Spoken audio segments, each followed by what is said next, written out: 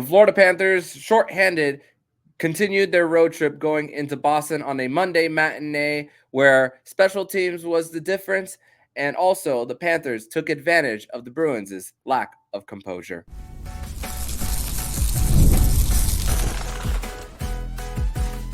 You're Locked On Panthers, your daily podcast on the Florida Panthers. Part of the Locked On Podcast Network, your team every day. And welcome into this Monday, October 14th edition of the Locked On Florida Panthers podcast, part of the Locked On Podcast Network. We're your team every day. Thank you for making the Locked On Florida Panthers podcast your first listen of the day. I'm Armando Velez from the Hockey News. You can follow me on X at MondoMan12. Follow the show account on X and Instagram at @L_FLA Panthers. And shout out to the everydayers who come back here and get your daily Florida Panthers fix. Today's episode is brought to you by FanDuel. Place your first $5 bet and you'll get started with $200 in bonus bets guaranteed. Visit FanDuel.com to get started.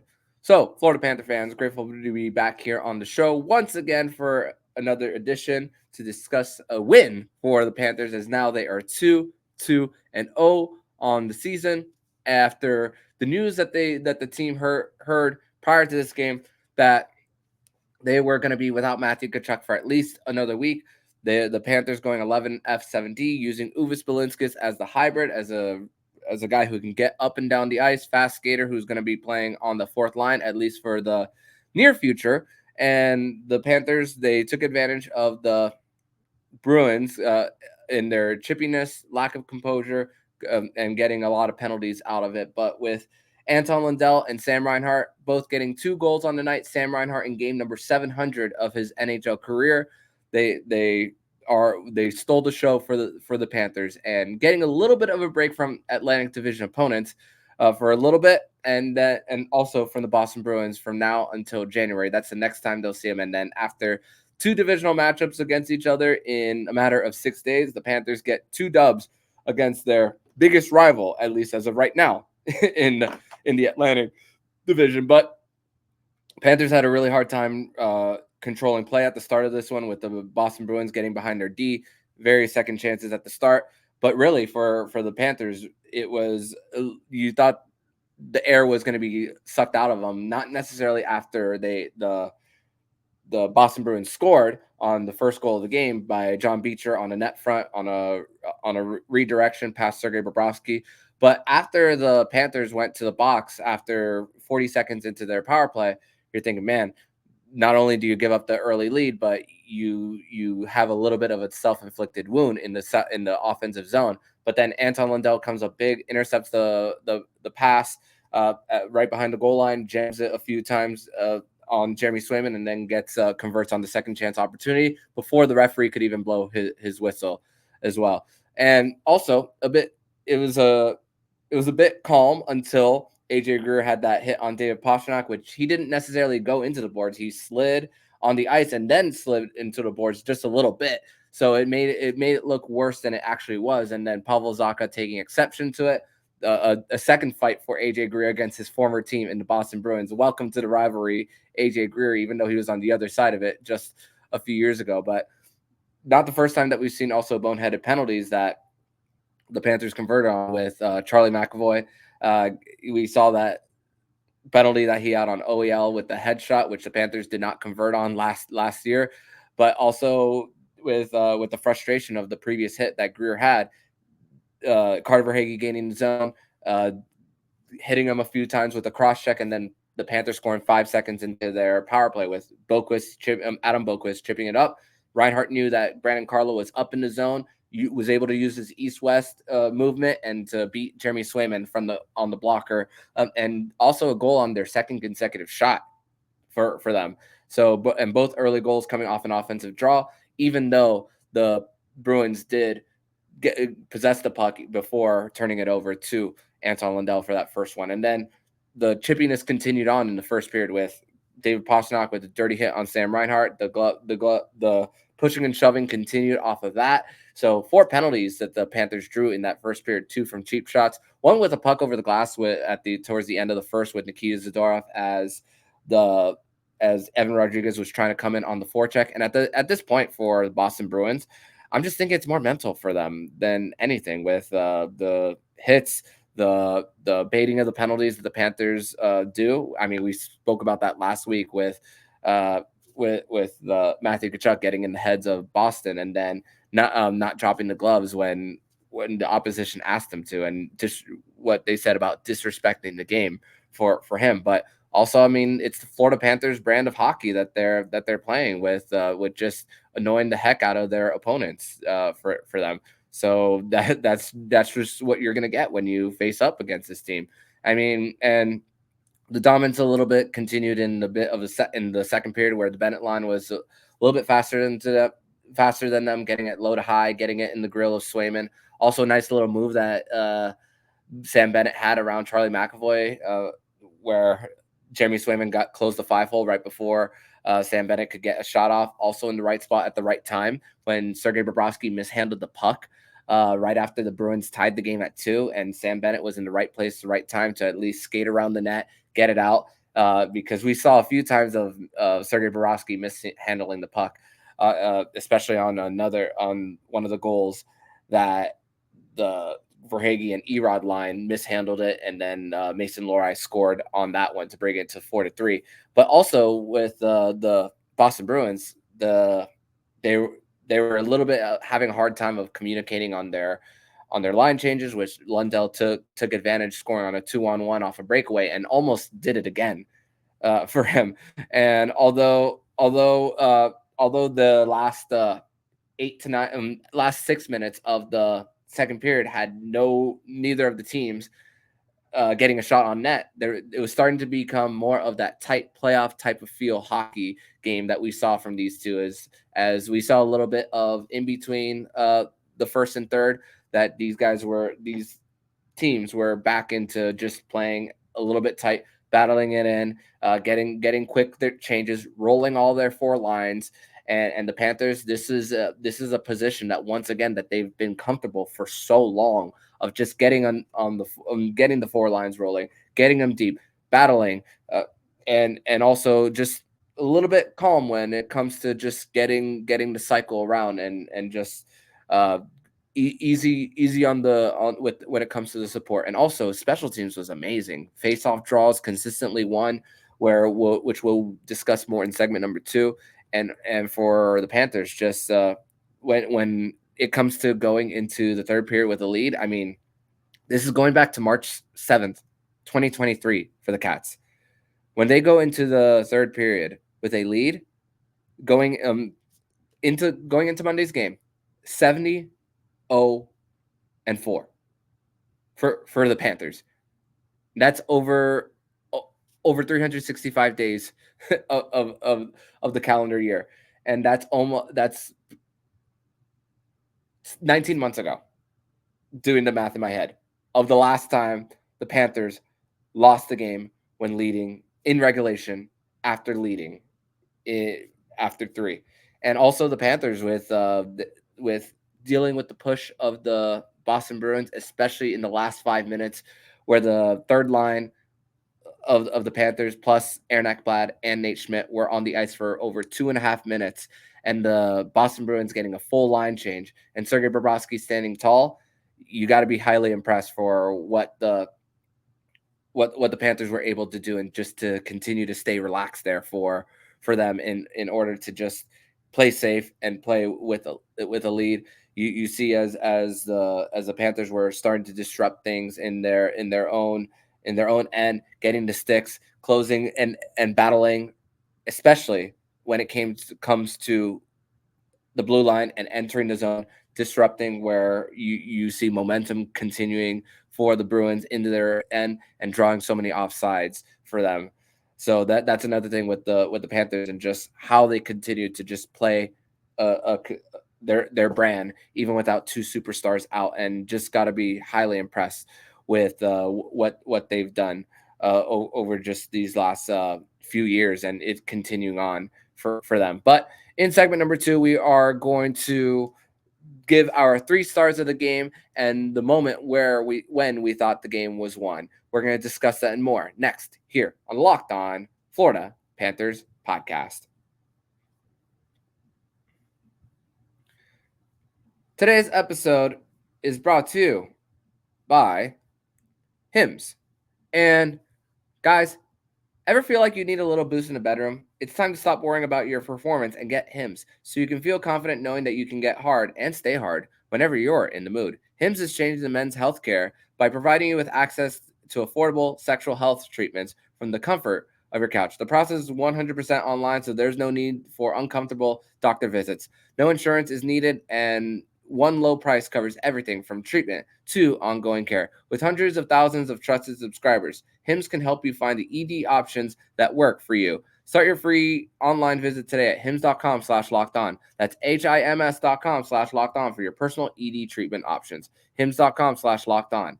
The product mentioned are chewable compounded products which are not approved or verified for safety or effectiveness by the FDA. Prescriptions require an online consultation with healthcare provider who will determine if appropriate. Restrictions apply. See website for details and important safety information. Subscription required. Price varies based on product and subscription plan.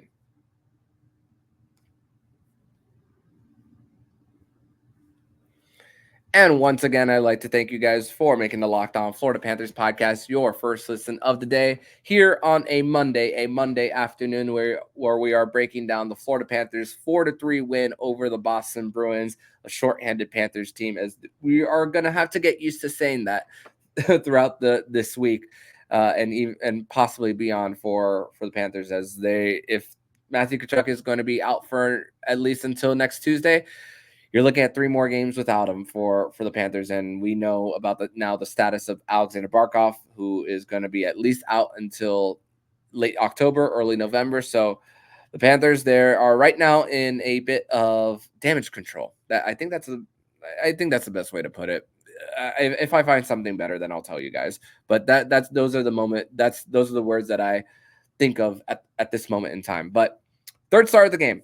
Sergei Bobrovsky, 24 of 27 on the night. Big stop as the Panthers were really tight on the PK. Cross ice feed to David Pastrnak. Had the leg out. Also on the same PK that Sam Reinhart scored, he had another one on David Pastrnak with 13 seconds to go on a 2-on-1 where Pasta was just creating his opportunities over and over again for the Panthers.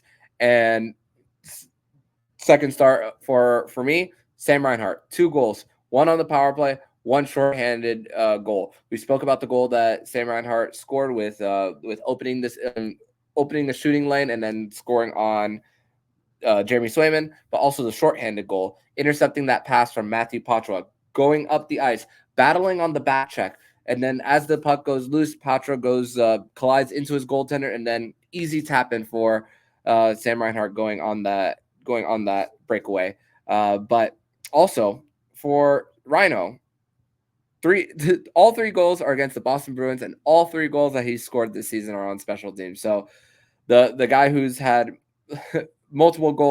over 30 goals on special teams combined last season is just continuing on, and $8.16 million for Sam Reinhart is looking so worth it. As hey, I know it's 3 goals in 4 games for him, but the pace is still, even though it's too early, around the 60 goal mark for Sam Reinhart. But also, when you're driving up the left wing and you're seeing and you're a right-handed shot in Sam Reinhart, and also battling through that, and also able to stop on a dime and then also convert, that is really hard for a right-handed shot to still get their footing and their handle on the puck after all of that. So Rhino just continuing to he's gonna get some Selke talk. With Alexander Barkov out and him being on the same PK unit as Lundy, we are gonna see more and more. Well, we already see it, but the national media, because the Florida Panthers are Stanley Cup champions and they're now viewed more from the national media, there is going to be so much more talk about getting Sam Reinhart some Selke love, even though if Alexander Barkov's in the lineup and he is healthy, just based on reputation, he's going to get more of those votes. So, but still, the fact that Sam Reinhart battles so well on the half walls, and also is quick to get it up the ice, whether it's a stretch or taking it himself, you got to be quite pleased with what you get with what Bill Zito gave Sam Reinhart with that contract, and how it's going to age as the Panthers go along through these next 8 years in their contention window. And number one star of the game for me, Anton Lundell, and him getting top line assignments. We spoke about him stepping up every time there's an injury, but again, that battle, the battles on the walls, the being at the center of the ice with an active stick, and also there's this one PK where Anton Lundell was just all over it, taking away the cross ice passes and being the first to the puck to just get a quick chip out of the zone to reset for the opposition, especially in the long change period for the Cats. And Anton Lundell 69.2 percent from the circle on the night. It felt like that every time the Panthers were on special teams, whether they were on the power play or whether on the PK, you put Anton Lundell there to take the draw, and you won it a lot of the time for the Panthers. So for this one, it was just such a big grown man performance from a 23-year-old. And this, I mean, it just, once again, it just feels like that Anton Lundell has just been in this league for so long, and it feels like that he's playing as a 28-year-old when he's doing this all at 23, having 50 some odd playoff games under his belt. He is taking all the responsibility. He's very noticeable on the ice. It's really hard to not notice him based on how fast he closes gaps too for himself. He's constantly in on the back check on the opposition. So Anton Lundell is my first star of the game. 2 goals on the night, one of them on 4-on-4, and then the other one on that cut change but from the Boston Bruins on that one. So that for me is my number one star, which the Bruins media, the local media there who was present at the game, did not give him a star of the game. But Sam Reinhart was the number one star, and then the other 2 were Boston Bruins, one of them being Beecher and then Kastelic, who assisted on every single play goal of the Boston Bruins on the day. So, hey, I guess they don't really think about the winning team in this instance. But for the moment where I thought this game was won, I mentioned the several saves that Sergei Bobrovsky had. And one of them in that third period, I mentioned the one on Pasta with 13 minutes to go, but that's not my moment. But I thought but that's a big moment, regardless of everything. But the less than 5 minutes, you're in your zone. The third line is getting pinned for 2.5 minutes. They're able to get a change, and this is the thing. Aaron Ekblad blocks a shot.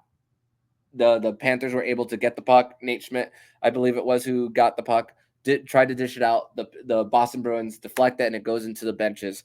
And with that, the Panthers were able to they were able to get a TV timeout and to just relax a little bit. And the Panthers, even after that TV timeout, they're in their own end, still having a little bit of a hard time managing the Bruins' push, but still able to get through from that. So I thought that block shot from Aaron Ekblad and that with getting that friendly whistle for them. Well, not friendly whistle. It was out of play. But you know what I mean there. But getting the whistle to begin with really truly helped the Panthers, and just able to just calm things down with everything.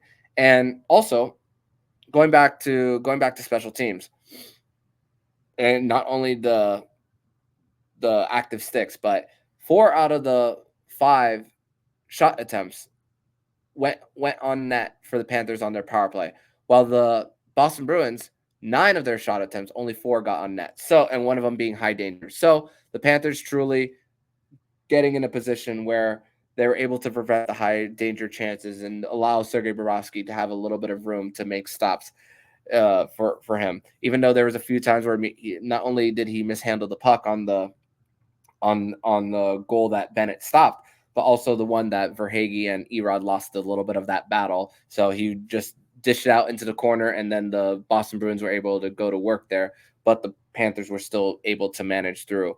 with all that and the chippiness towards the end of the game. For the Bruins, the Panthers really truly had this in the bag after the Bruins went to go 6-on-5. Verhaeghe retrieves it in the neutral zone, and then Pasta with a slash there for the Bruins, and it was just basically game over. And also after that, getting an offensive zone draw and winning it to at least prevent Jeremy Swayman from getting to the bench and getting that extra attacker on, even though it would have been 5-on-5. The Panthers really gave nothing for them in after that penalty for the Bruins. So just an overall great performance, adjusted really well. PK was outstanding, and it really came down to just individual battles near the walls for the Panthers and just making the difference for them in this 4-3 win, and also playing with the lead. That's the bread and butter for the Florida Panthers on how they are able to just go of not playing catch up and also not doing too much in order to create chances where you could be a little bit more of what you of your style of game going into the third. So that is great to see with two of your top guys missing. But we're going to transition over to segment number 3, where we are going to turn the page and the Panthers will end their road trip on Tuesday night against the Columbus Blue Jackets, where it's not going to be your normal Tuesday night from the capital of Ohio. We're going to discuss that more next here on the Locked On Florida Panthers podcast. Today's episode is brought to you by FanDuel. And hey, NFL fans, you can start the season big with big returns on FanDuel, which is America's #1 sportsbook. So when you get a hunch in the middle of the game, you can check out the latest stats, view live play-by-play, and so much more on the same page where you can place your bets. You'll get started with $200 in bonus bets guaranteed when you place your first $5 bet. Once again, you'll get started with $200 in bonus bets guaranteed when you place your first $5 bet. And you can do that all at FanDuel.com.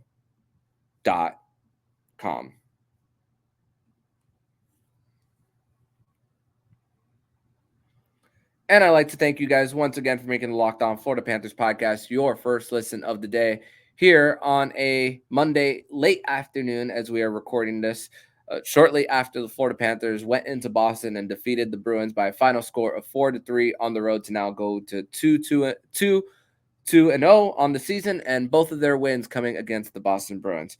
But now the Panthers will get a matchup against a Metro Division opponent, and then we'll have two home games, three home games consecutive at least against Western Conference opponents at home, starting on Thursday against the Vancouver Canucks. But going into this one, this is it's crazy how the world works sometimes. With we spoke about the tragedy of Johnny Gaudreau and Matthew getting killed by a driver who was under the influence, and then the hockey world with the outpouring of love that they had for him. The Calgary Flames having their home opener against the Philadelphia Flyers, which was Johnny Gaudreau's team that he cheered for growing up, and also had a chance to go to Philadelphia, but Philly wasn't interested. Columbus came calling as he was closer to home after everything that happened with his dad getting a heart attack, and also knowing the value of family in that. And then now the Columbus Blue Jackets home opener is against his former teammates in Matthew Tkachuk, even though he's not playing on the night, and Sam Bennett. So just crazy coincidence on everything with this game coming on the calendar. And it's just going to be a night of just sadness, but celebrating a life that two people whose lives really touched, who they touched a lot of people. And even Paul Maurice after this game spoke about the game coming up and said, quote, "Whatever that fan base needs in the healing process, we'll like to be a part of it," close quote. And the Gaudreau family being part of the opening, not necessarily ceremonies, but opening video on the Jumbotron with a message to Calgary and wishing them the best of luck. But also today, while the Columbus Blue Jackets were practicing, Guy Gaudreau, father of Johnny Gaudreau, was a guest coach at their practice today. Also, he was a guest coach in a practice for the Philadelphia Flyers as well. So also a nice gesture that they're showing. And the Panthers and the Blue Jackets will hit warmups with everyone on both teams wearing the number 13. So and number 13 is on the ice for the Blue Jackets for the whole season. The Panthers are wearing the helmets with 13 and 21 with the letter G in the middle. And you think of guys like Sean Monahan, who signed with Columbus. He wanted to play with his friend, and it breaks your heart to see that he is not going to be able to play with his friend. And also credit to the NHL. They don't do a lot of things right, but if there's one thing they did do right was not force Columbus to get to the cap floor after losing Johnny Gaudreau. But also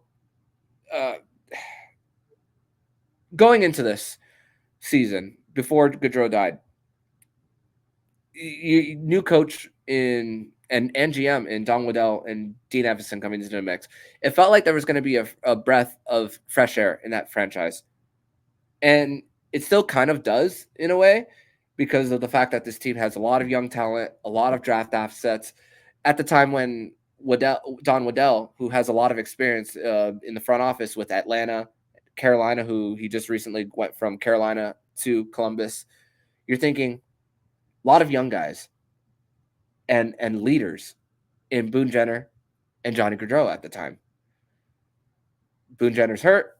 Johnny Gaudreau is no longer with them. So not only you're missing heart and soul guys in that locker room.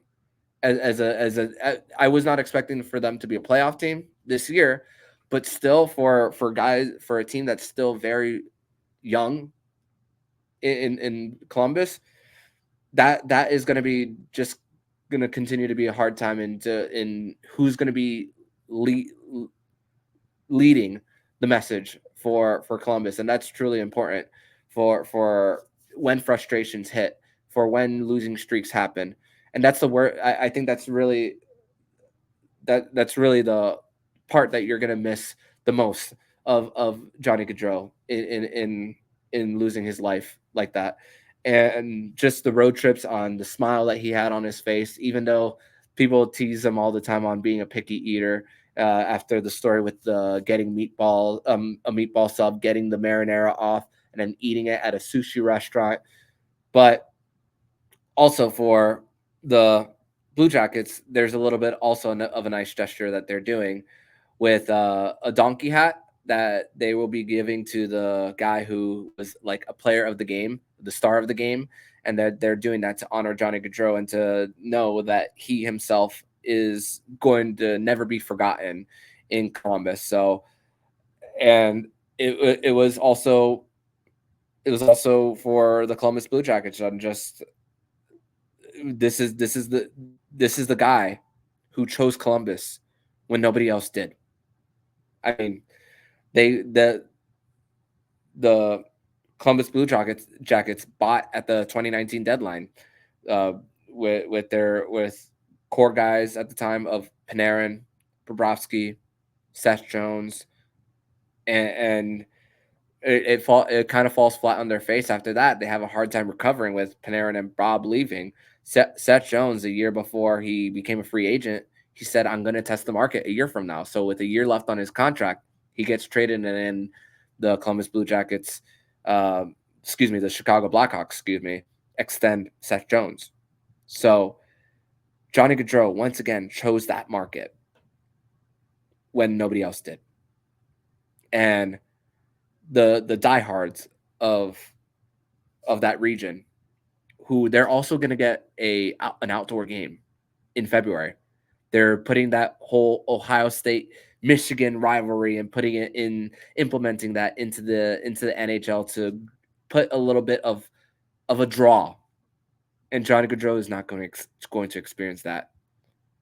And that the focus, even though that game is 4 months from now, a lot of us at least in my experience and what I'm going to be thinking when that game happens, all I'm going to keep thinking is Johnny Gaudreau should be there celebrating the game of hockey.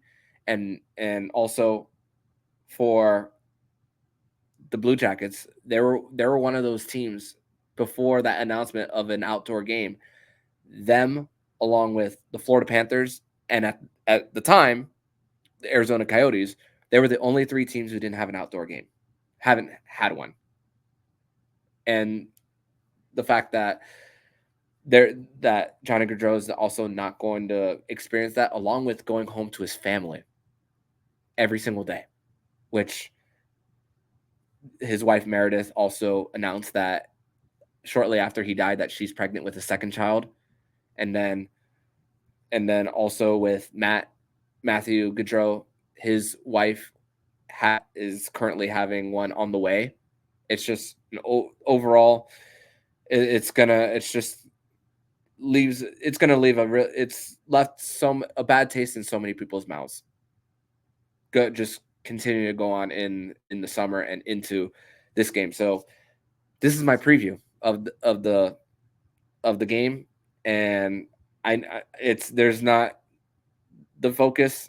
I know it's going to be hard. We're here to watch a hockey game, but I just don't know how I could have previewed this one without the obvious elephant in the room in the life of Johnny and Matthew, which they impacted so many lives.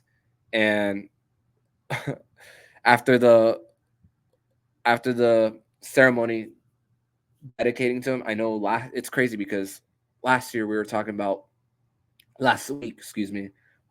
a ceremony of raising a banner and then getting to a game, which it was a night of joy. But now just a week later, we're thinking about pregame on a tragedy and then having to play. So this, as fans, we're just like you go through the ups and downs of wins and losses, you go through the ups and downs of vindication, victory, but unfortunately, tragedy.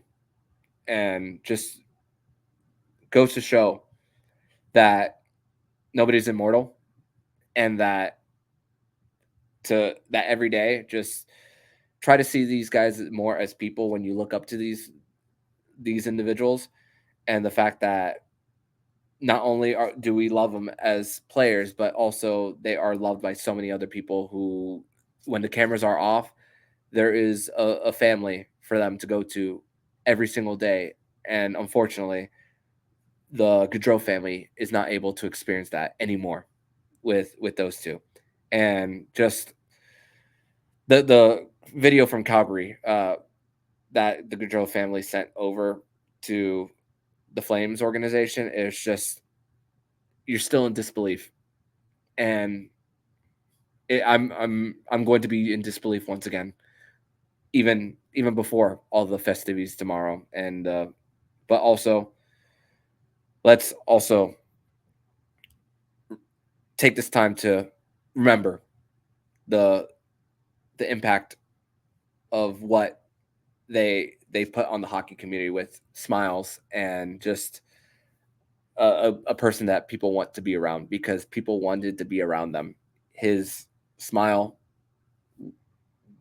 they lit up a room when he walked in. And I know that's a cliche statement, but it based on the conversations that other hockey players have had publicly, I will take their word for it on what Gaudreau truly meant to the people around him. But that's going to do it for this edition of the Locked On Florida Panthers podcast.